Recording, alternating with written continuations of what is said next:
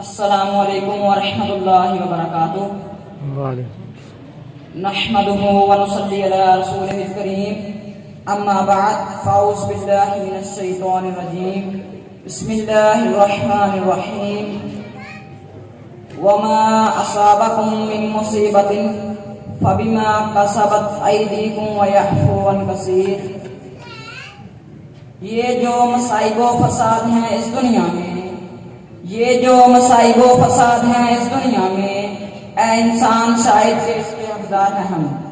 معزز سامعین، آج میں آپ کے سامنے جس عنوان پر لب کشائی کرنا چاہتا ہوں وہ ہے معاشرتی بگاڑ کا ذمہ دار کون۔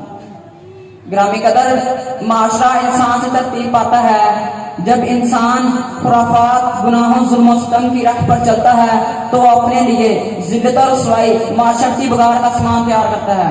گرامی قدر، پھر یوں ہوتا ہے کہ آسمان کی بلندیوں کو چھونے والا فرد زمین کی پستیوں پر گر پڑتا ہے۔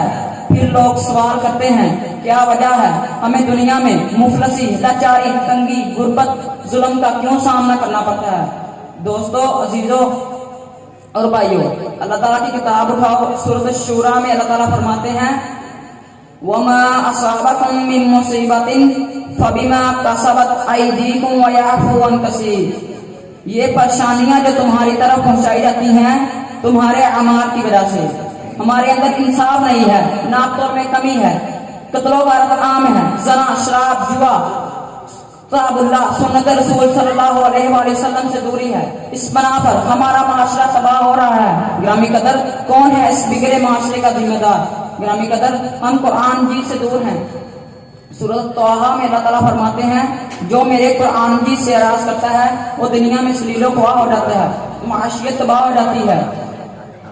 ہمارا معاشرہ تب اصلاح پائے گا جب ہم اپنی اصلاح کریں گے۔ گرامی قدر، شاعر نے کیا خوب کہا ہے، شاعر نے کیا خوب کہا ہے، خدا نے اس قوم کی کبھی حالت نہیں بدلی، خدا نے اس قوم کی کبھی حالت نہیں بدلی جسے نہ خیال ہو اپنی حالت بدلنے کا۔ گرامی قدر، آپس میں محبتیں بانٹیں، نفرتوں کو ختم کیجیے، گناہ کا خوف پیدا کریں، نیکی کا جذبہ پیدا کریں، پھر دیکھیے گا ہمارا معاشرہ کیسے ترقی پاتا ہے۔ گرامی قدر، آخر میں صرف میں یہی کہنا چاہتا ہوں، یوں تو سید بھی ہو، مرزا بھی ہو، افغان بھی ہو، یوں تو سید بھی ہو، مرزا بھی ہو، افغان بھی ہو، تم سبھی کچھ ہو، بتاؤ مسلمان بھی ہو۔ والسلام۔